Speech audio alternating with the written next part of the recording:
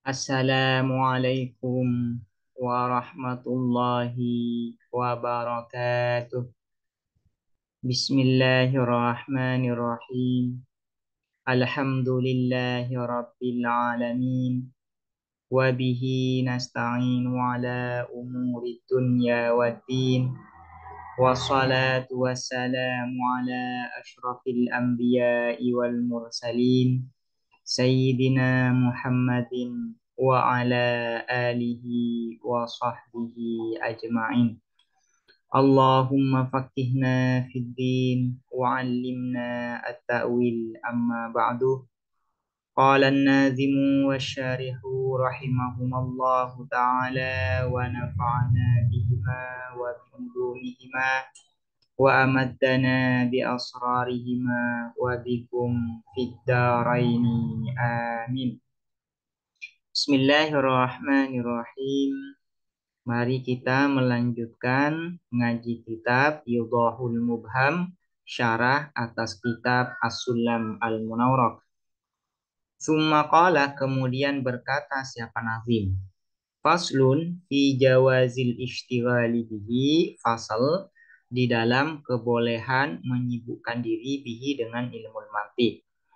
Jadi pasal ini akan menjelaskan terkait kebolehan belajar mempelajari ilmu mantiq. Wal khulfu, dan adapun perbedaan di jawazil ishtighali di dalam kebolehan menyibukkan diri bihi dengan ilmu mantiq ala salasatin, ialah atas 3 aqwalin berupa pendapat. Wal khulfu fi jawazil ishtighali bihi ala salasatin aqwali. Jadi ada perbedaan di kalangan para ulama terkait hukum mempelajari ilmu mantiq.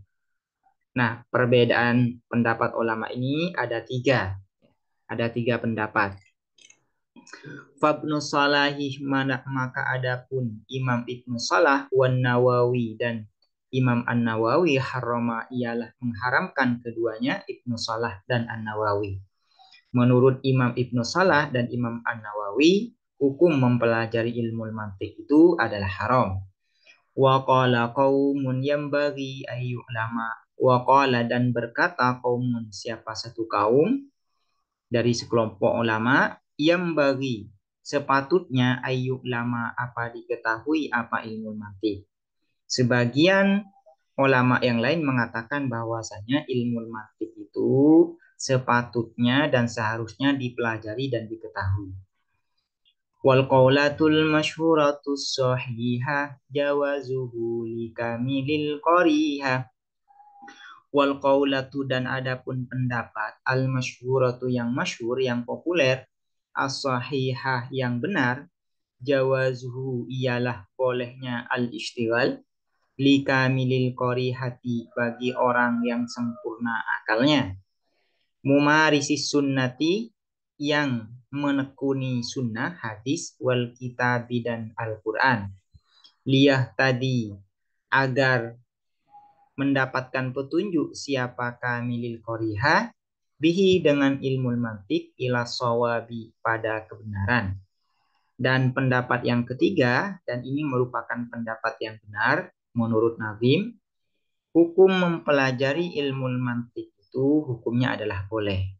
Namun dengan catatan, orang yang mempelajari ilmu mantiq itu harus kamilil qariha, akalnya sempurna, akalnya sehat, dan juga menekuni dan mempelajari hadis dan Al-Quran.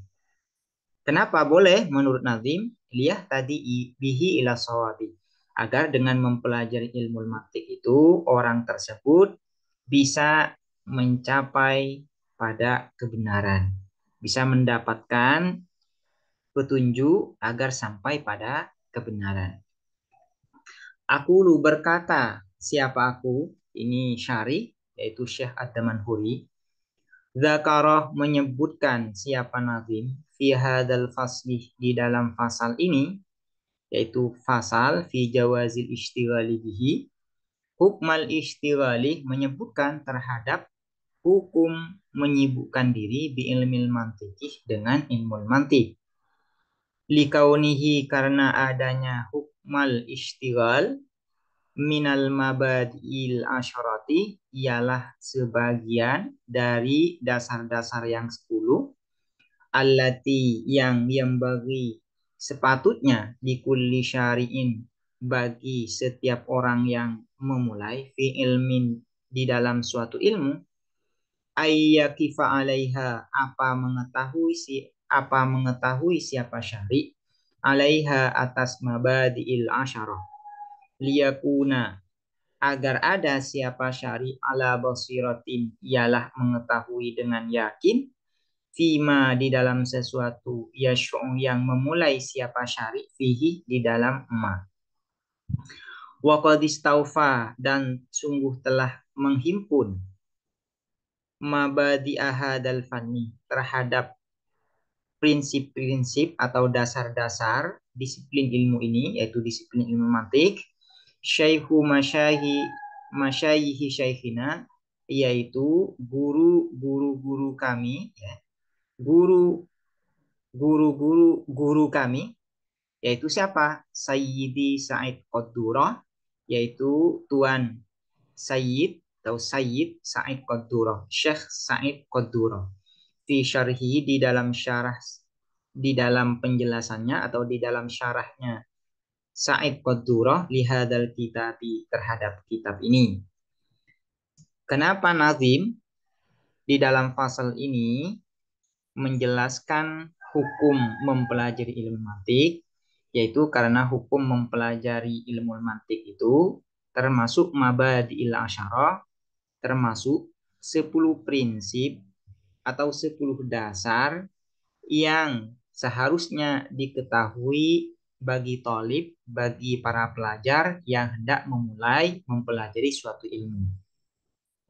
Kenapa? Ya, syari' fi ilmin, orang yang baru mempelajari suatu ilmu itu harus mengetahui mabadiul asyarah di dalam suatu ilmu tersebut, yaitu agar dia mengetahui dengan yakin, ya, dengan pasti di dalam ilmu yang dia hendak pelajari itu.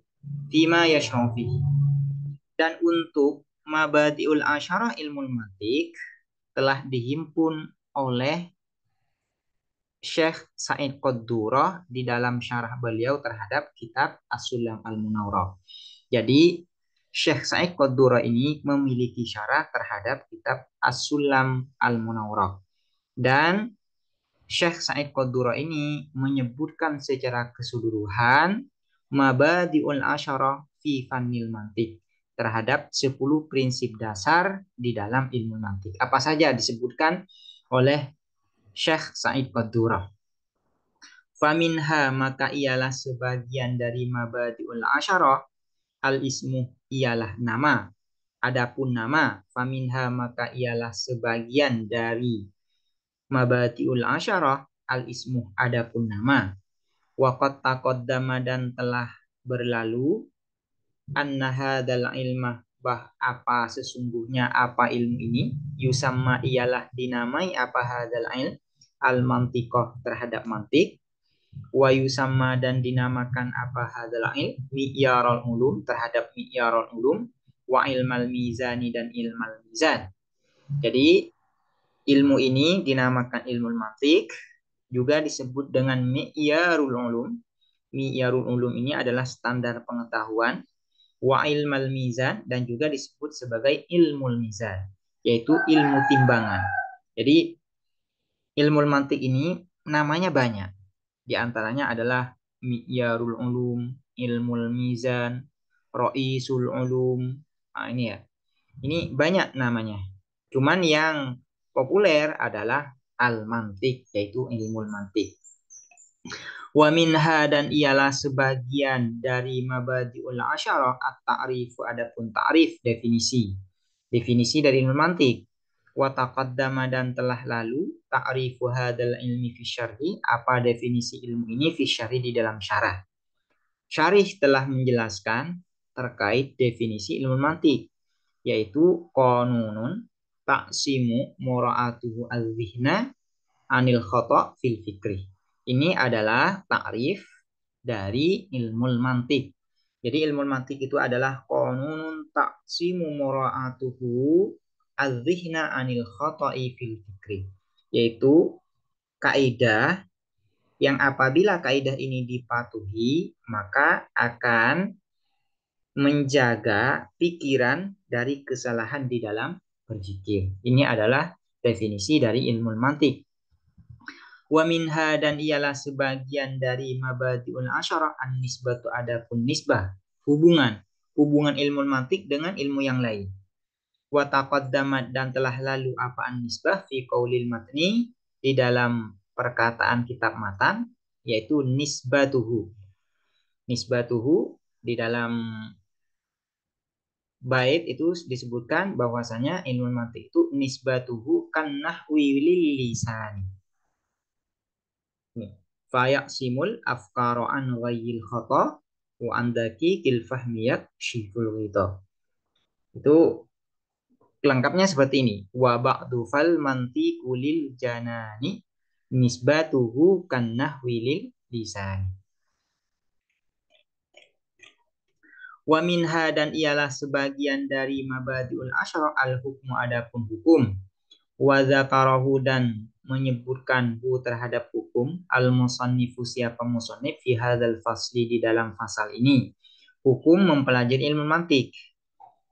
Menurut musannif, menurut nazim Syekh Al-Akhdari, bagaimana hukum mempelajari ilmu mantik? Yaitu jawazul ishtighali bihi. Boleh menurut nazim.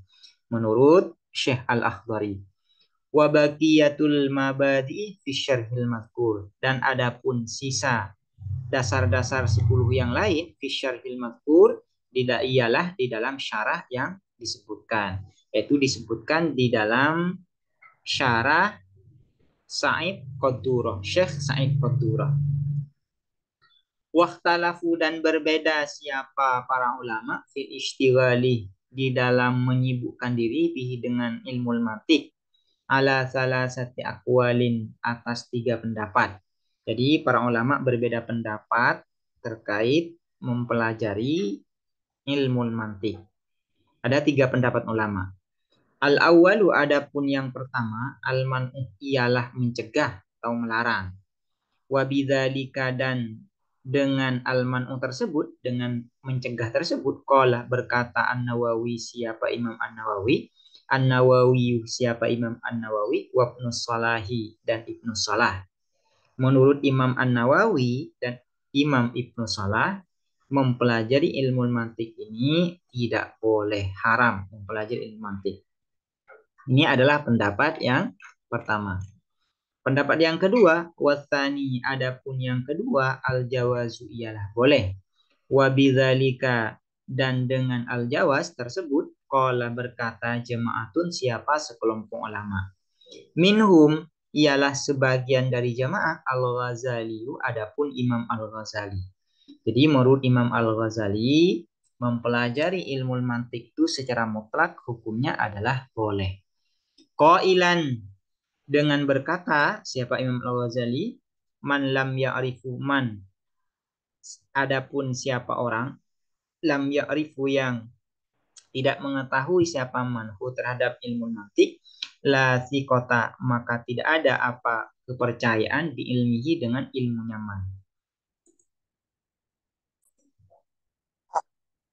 Menurut Imam Al-Ghazali, mempelajari ilmu mantik itu secara mutlak boleh. Bahkan ada kredo yang sangat terkenal yang diucapkan oleh Imam Al-Ghazali, yaitu man lam ya'rifu la thiqata bi ilmihi. Orang yang tidak memahami, mengetahui ilmu mantik, maka ilmunya tidak bisa dipercaya. Ai, maksudnya layak manuzuhulu anhu. Layak manu, tidak aman. Az-zuhulu, apa zuhul? Zuhul ini bingung, kacau. Anhu, dari ilmihi, indal ihtiyaji, ketika butuh, ilaihi, terhadap ilmihi, li adamil qawaidi, karena tidak adanya kaidah-kaidah, allati yang tatbituhu yang mengatur apa qawaidku terhadap ilmihi. Kenapa orang yang tidak mengetahui, yang tidak memahami, yang tidak menguasai ilmu mantik itu ilmunya tidak bisa dipercaya? Karena kalau orang yang tidak mengetahui ilmu mantik, maka ada kemungkinan dia bingung terhadap ilmunya sendiri. Pengetahuannya bingung. Dia tidak bisa menyusun ilmunya dengan baik. Tidak bisa mensistematisasi, ya, tidak bisa menyusun dengan baik ilmu yang telah diketahui. Kenapa? Karena dia li'adamil qawaid, karena tidak mengetahui kaedah-kaedah berpikir yang benar, yang baik dan benar. Ilmu mantik itu kan mempelajari, di dalam ilmu mantik itu yang dipelajari adalah kaedah-kaedah umum bagaimana menyusun dan mentarkib, ya, menyusun, mentartib juga, tarkib dan mentartib, ya, pengetahuan.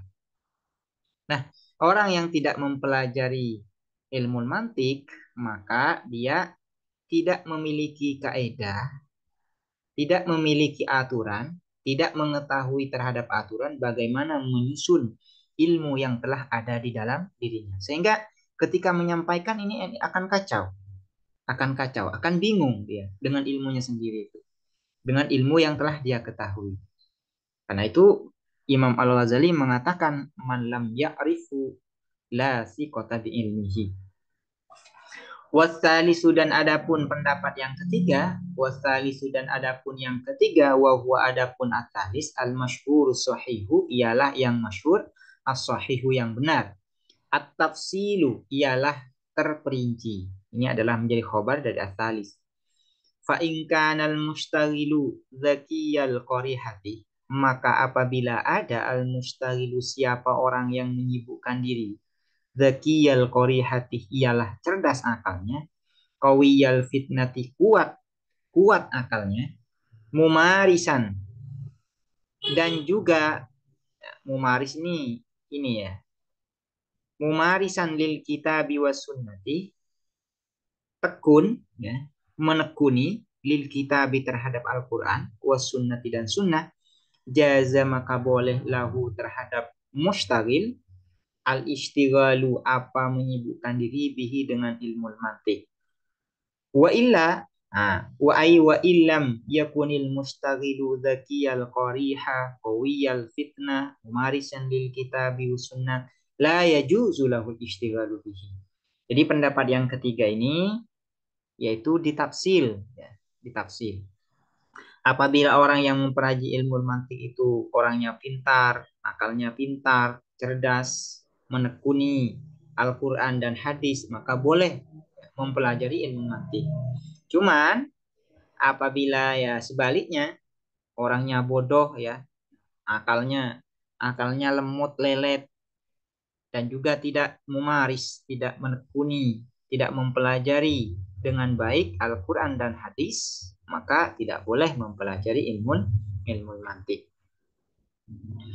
Wa'lam dan mengetahuilah kamu anna hadzal khilaf bahwa sesungguhnya apa perbedaan ini, innama huwa sesungguhnya huwa ialah adapun hadzal khilaf bin nisbati ialah dengan dikaitkan lil mantiki terhadap mantik al masyubi yang disusupi yang dicampur bikalamil falasifati dengan perkataan-perkataan para filsuf kalladzi fi tawali il baydawi kalladzi seperti yang fi tawali il baydawi di dalam kitab tawalinya Imam al Baydawi.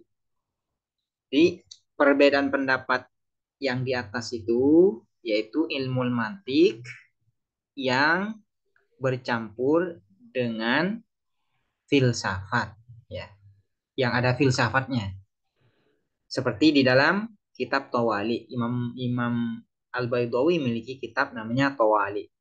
Jadi dalam kitab Tawali ini juga dipelajari ilmu mantik, cuman ya ilmu mantik yang masih bercampur dengan filsafat. Dan ini para ulama yang berbeda pendapat terkait hukum mempelajarinya.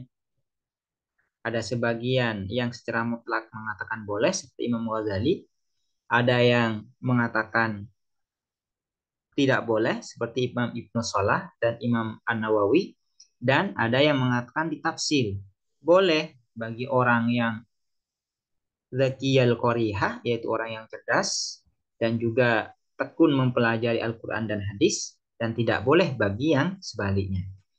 Wa ammal khalisu, dan adapun yang murni minha dari falsafah, dari falasifah, kamukhtasor Sanusi seperti kitab mukhtasornya Imam As-Sanusi, wasyamsiyati dan kitab Ar-Risalah Asy-Syamsiyah. Imam Sanusi memiliki kitab mukhtasar di dalam ilmu mantik. Juga ada kitab yang levelnya itu level muntahi, yang isinya itu adalah membahas terkait kaidah-kaidah ilmu mantik, yaitu kitab Ar-Risalah Asy-Syamsiyah. Ini pengarangnya adalah Qutbuddin Ar-Razi. Nah, kitab seperti Mukhtasar dan Syamsiyah, ya, ini pelajaran-pelajaran ilmu mantik, bahasan-bahasan ilmu mantik di dalam dua kitab ini murni, tidak bercampur dengan filsafat. Bagaimana mempelajarinya? Kamukhtasari Sanusi wasyamsiyati wahadat ta'lifi, dan karangan ini yaitu kitab As-Sulam Al-Munawwarah, fala khilafah, maka ialah tidak ada khilaf, apa perbedaan, fi jawazil istighali, di dalam bolehnya menyibukkan diri bihi dengan al-khalis. Ya, maka tidak masalah kalau mantik yang sudah terbebas dari filsafat, maka para ulama sepakat boleh mempelajarinya.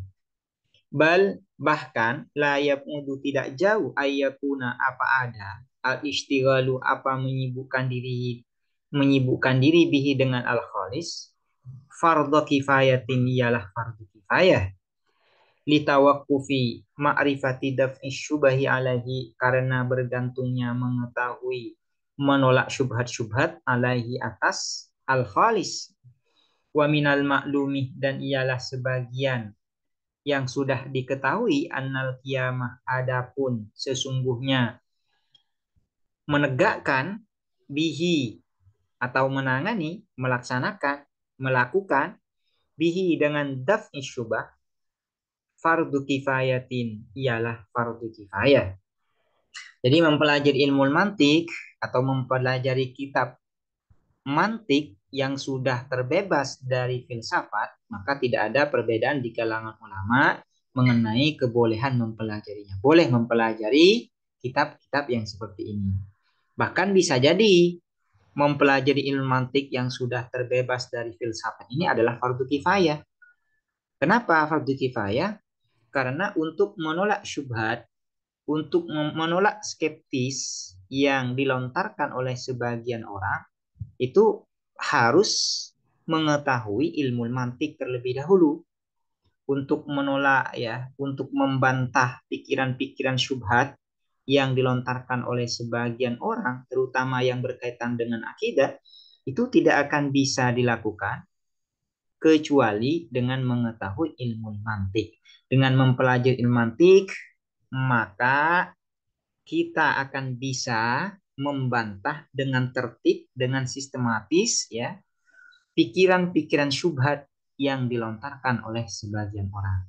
Karena itu, mempelajari ilmu mantik bisa jadi adalah fardu kifayah. Kenapa fardu kifayah? Karena untuk menolak pikiran-pikiran syubhat itu bergantung kepada ilmu mantik. Sementara menolak pikiran-pikiran syubhat itu adalah fardu kifayah. Maka ya, agar fardu kifayah ini sempurna, yaitu menolak daf'i syubah itu sempurna, harus mempelajari ilmu mantik. Maka sesuatu yang bisa menyempurnakan fardu kifayah juga hukumnya adalah fardu kifayah.